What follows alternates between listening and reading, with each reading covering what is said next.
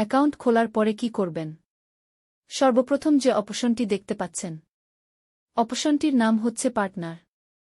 এখানে ক্লিক করুন। ক্লিক করার পর দেখতে পাচ্ছেন আপনার একটা লিঙ্ক চলে আসছে। এই লিঙ্কটা কপি করে আপনি আপনার বন্ধুবান্ধব সবাইকে দিয়ে দিন।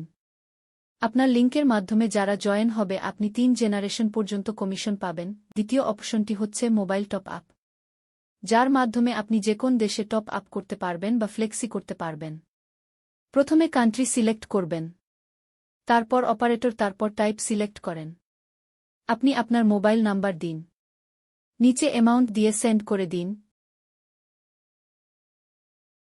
এই অপশনটি দেখতে পাচ্ছেন, এটা হচ্ছে মোবাইল ব্যাংকিং, যার মাধ্যমে আপনি বিকাশ, রকেট, নগদ এবং ইত্যাদি পাঠাতে পারবেন। মনে রাখবেন এটা একটা রেমিটেন্স, সো আপনি 2.5% কমিশন সহ পাবেন। প্রথমে অপারেট সিলেক্ট করুন, তারপর টাইপ সিলেক্ট করুন, তারপরে আপনার মোবাইল ব্যাংকিং অ্যাকাউন্ট নাম্বারটি দিয়ে নিচে কত টাকা পাঠাবেন তা লিখে সেন্ড করে দিন। এখানে গুরুত্বপূর্ণ অনেকগুলো অপশন আছে, যেমন বিল পে, ব্যাংকে টাকা পাঠানো, প্রিপেইড কার্ড, মোবাইল ডাটা বা এমবি। আমরা এখন যেটা নিয়ে আলোচনা করব সেটা হচ্ছে হিস্টোরি। যত ধরনের ট্রানজ্যাকশন হবে তা হিস্টোরিতে দেখতে পারবেন।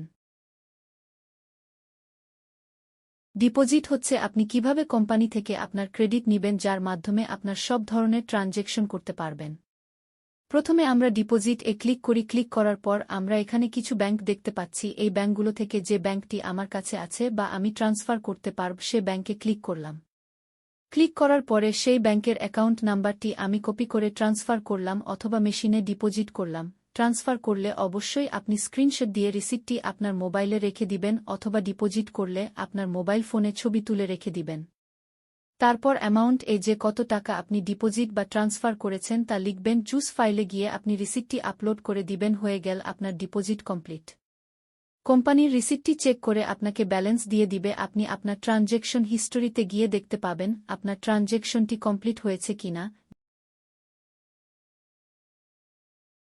জেনারেশন এর মাধ্যমে আপনি যত টাকা ইনকাম করবেন তা আপনার বোনাস ওয়ালেটে চলে আসবে।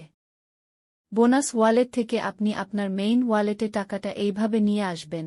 আপনি এক্সচেঞ্জে ক্লিক করুন, এরপরে যেটা দেখতে পাচ্ছেন বোনাস পয়েন্ট কত আছে তা আপনি নিজে দেখতে পারবেন। শুধু ট্রান্সফার এ ক্লিক করলেই আপনার মেইন ওয়ালেটে টাকাটা চলে যাবে।